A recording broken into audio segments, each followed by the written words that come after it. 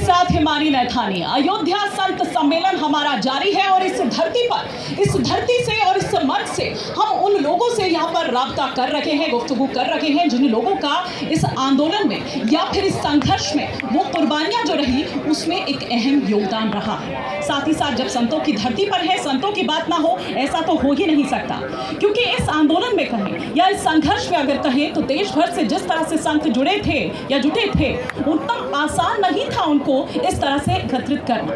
तो क्या उनका अहम योगदान रहा है? किस तरह से अब वो जो उन्होंने सपना देखा था वो आज साकार हो रहा है, मूर्त ले रहा है, तब वो किस तरह की अनुभूति हो रही है, किस तरह के भाव उमड़ रहे हैं, आज हम इसी पर चर्चा करेंगे। और इस आंदोलन का अग्रणी चेहरा रहे जो इस वक्त हमारे साथ मंच पर विराजमान है और मैं चाहूंगी कि तालियों के साथ आप उनका स्वागत करिए। पूर्व सांसद रहे हैं, राम जन्मभूमि न्यास के सक्रिय सदस्य और साथ ही साथ पूर्व सांसद भी, जैसा कि मैंने पहले कहा, डॉक्टर रामविलास वेदांती जी। बहुत बहुत स्वागत है आपका रिपब्लिक भारत के इस मंच पर।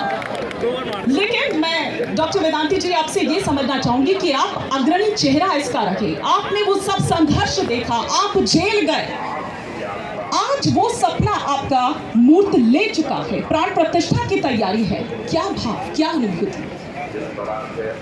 ये वही जगह है जहाँ पर पहली बार जनकपुर से राम जानकी रथ आया था और यहीं पर लाखों की संख्या में देश के राम भक्तों ने राम जानकी रथ का स्वागत किया था। सन 84 में पहली बार बैठक हुई थी अयोध्या के दिगंबर अखाड़ा में। दिगंबर अखाड़ा के पूज्य महंत श्री रामचंद्र दास परमहंस जी महाराज और पूज्य महंत अवेद्यनाथ जी की अध्यक्षता में पहली बैठक दिगंबर अखाड़ा में हुई थी, जिसमें हमारे अयोध्या के श्री राम बल्लभा कुंज जानकी घाट के महंत श्री हरिनाम दास वेदांती जी महाराज, मानस मार्तंड प्रेमदास रामायणी जी महाराज, पंडित अखिलेश्वर दास जी महाराज, लक्ष्मण केदार जी, स्वामी सीताराम शरण जी महाराज, गोलाघाट के महंत श्री राम सूरज शरण जी महाराज, ये सभी महापुरुष लोग वहाँ उपस्थित थे। अयोध्या एक जंगल था। भगवान महाकाल ने उज्जैन के राजा विक्रमादित्य को स्वप्न दिया कि जाओ अयोध्या में राम जन्मभूमि पर भव्य मंदिर का निर्माण कराओ। प्रातःकाल ब्रह्मवेला में आदेश देने के बाद विक्रमादित्य जी चल दिए। पूरे देश में सब जगह घूमे, कहीं भी अयोध्या नहीं मिली और अंत तो गत्वा एक नदी के किनारे राजा विक्रमादित्य बैठे थे। तब तक एक काला पुरुष काले घोड़े में सवार होकर आता है और उस नदी में छलांग लगाता है। जब छलांग लगाया तब काला घोड़ा था और काला पुरुष था, लेकिन छलांग लगाने के बाद, डुबकी लगाने के बाद उस नदी से बाहर निकलता है तो श्वेत वर्ण का हो जाता है। राजा विक्रमादित्य उठकर खड़े हो गए और उस महापुरुष से पूछे, मैं आपको जानना चाहता हूँ, आपका परिचय क्या है? उस महापुरुष ने बताया, मैं तीर्थराज प्रयाग हूँ और तीर्थराज प्रयाग में प्रतिवर्ष करोड़ों लोग स्नान करते हैं, तो मैं काला हो जाता, कलुषित हो जाता हूँ और अपना पाप धोने के लिए प्रतिवर्ष रामनवमी के दिन अयोध्या राम जन्मभूमि में आता हूँ और सरजू जी में डुबकी लगाता हूँ, तब निर्मल हो जाता हूँ, स्वच्छ हो जाता हूँ। मैं तीर्थराज प्रयाग हूँ। जब यह बात तीर्थराज प्रयाग ने बताया तो राजा विक्रमादित्य को बड़ी उत्सुकता हुई। उन्होंने कहा कि भगवान राम की जन्मभूमि कहाँ है? तीर्थराज प्रयाग ने कहा, मेरे पास समय नहीं, मैं जा रहा हूँ। मेरे जाने के बाद तुम्हारे सामने एक गौ माता का प्राकट्य होगा और गौ माता के पीछे पीछे चलना और जहाँ गौ माता खड़ी होकर उसके चारों थनों से दूध की धारा निकलने लगे तो समझ जाना कि यही राम की जन्मभूमि है। तीर्थराज प्रयाग ऐसा कहकर चले गए। उनके जाने के बाद एक गौ माता का प्राकट्य होता है और गौ माता को देखकर राजा विक्रमादित्य उसके पीछे पीछे चलते हैं और सरजू किनारे से सीधे गौ माता राम जन्मभूमि पर गई पूरब की ओर मुख करके गौ माता खड़ी हो गई और गाय के चारों थनों से दूध की धारा बहने लगी। दूध की धारा बहने के बाद राजा विक्रमादित्य समझ गए कि यही राम की जन्मभूमि है और वहीं पर गौ माता अंतर ध्यान हो गई। गौ माता के अंतर ध्यान हो जाने के बाद राजा विक्रमादित्य ने कसौटी के पत्थरों से 84 कसौटी के पत्थरों से विश्व का सबसे बड़ा मंदिर बनाया, जिसका नाम रखा राम जन्मभूमि मंदिर, जो उस समय का विश्व का सबसे बड़ा मंदिर था। मैं उसी तरफ आ रही थी। और राजा विक्रमादित्य ने, आपने कहा भी था कि इतना भव्य और इतना ऊंचा होना चाहिए कि बांग्लादेश देखे, पाकिस्तान देखे। आप प्रसन्न हैं अभी जो मौजूदा? जी हाँ, मैंने उस समय का वर्णन किया था कि राजा विक्रमादित्य का मंदिर इतना ऊंचा था कि लखनऊ से दिखाई देता था। जब बाबर पहली बार लखनऊ आया तो ऊंची अट्टालिका में बैठकर कार्तिक आश्विन शुक्ल पक्ष पूर्णिमा के दिन ऊंची अट्टालिका में बैठकर पूरब दिशा की ओर देखता है तो बाबर को 2 चंद्रमा दिखाई देते हैं। बाबर ने अपने सिपह सालार मीर बाकी से पूछा, मैंने दिल्ली में 1 चंद्रमा देखा, अफगानिस्तान में 1 चंद्रमा देखा, ये कैसा लखनऊ है, यहाँ 2 चंद्रमा दिखाई दे रहे हैं। तब मीर बाकी ने कहा, नहीं जनाबना, चंद्रमा तो एक ही है। पूछा 2 कैसे दिखाई देते हैं? तब मीर बाकी ने कहा, ये राम की जन्मभूमि पर लगा हुआ चंद्रकांता मणि है। चंद्रकांता मणि का प्रकाश चंद्रमा से भी कई गुना ज्यादा था। तब बाबर ने कहा था कि जाओ इन काफिरों के मंदिरों को तोड़कर चंद्रकांता मणि लाओ, और 10,000 सेना दिया। लेकिन अयोध्या के लोगों ने 10,000 सेना को मारकर भगा दिया। तब 1 लाख सेना भेजा, 1 लाख सेना भी ठहर नहीं पाई। अयोध्या आसपास के राजाओं ने उनको खदेड़ दिया। इस प्रकार 76 बार लड़ाई हुई। 76 बार की लड़ाई में 3,70,000 हिंदू मारे गए, जिसमें हसवर की रानी जयराज कुमारी 10,000 महिलाओं की सेना को लेकर आई और वो भी शहीद हो गई। और इसके बाद बाबर ने मंदिर को तोड़कर सोचा था कि मैं मस्जिद का रूप दे दूं, लेकिन जब मीनार बनाने लगा, जब रात होती थी तो हनुमान जी आकर, बंदर आकर के मीनार को हिलाकर तोड़ देते थे और वहाँ मीनार नहीं बन पाई। लेकिन आज भी कुछ लोग, कुछ राजनीतिक दल ऐसे हैं जो कहते हैं कि वहाँ पर बाबरी थी, बाबरी है, बाबरी रहेगी। आप इस विध्वंस में जेल गए, आप आरोपी रहे, लेकिन क्या आज भी आप वही मानते हैं जो आप उस वक्त? मैं प्रमाण देता हूँ। जब बाबर ने मंदिर तोड़ा तो 14 कसौटी के खंभे जो रसातल में थे नहीं तोड़ पाया। मैं सन 2005 में 1 महीना गवाही दिया था हाई कोर्ट में, 5,000 पृष्ठ की मेरी गवाही है। हमारे राम जन्मभूमि न्यास की ओर से 2 वकील थे, 12वीं मस्जिद एक्शन कमेटी की ओर से 20 वकील थे। हमसे पूछा गया था कि वेदांती जी बताइए क्या प्रमाण है कि रामलला का जन्म अयोध्या की राम जन्मभूमि पर हुआ।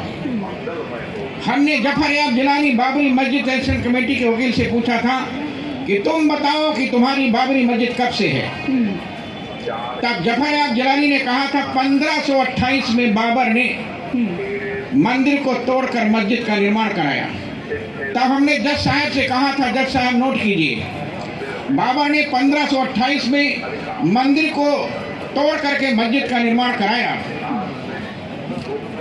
मैं आपसे पूछना चाहता हूं, किसी मंदिर को तोड़कर मस्जिद बनाने का नियम क्या है, कानून क्या है?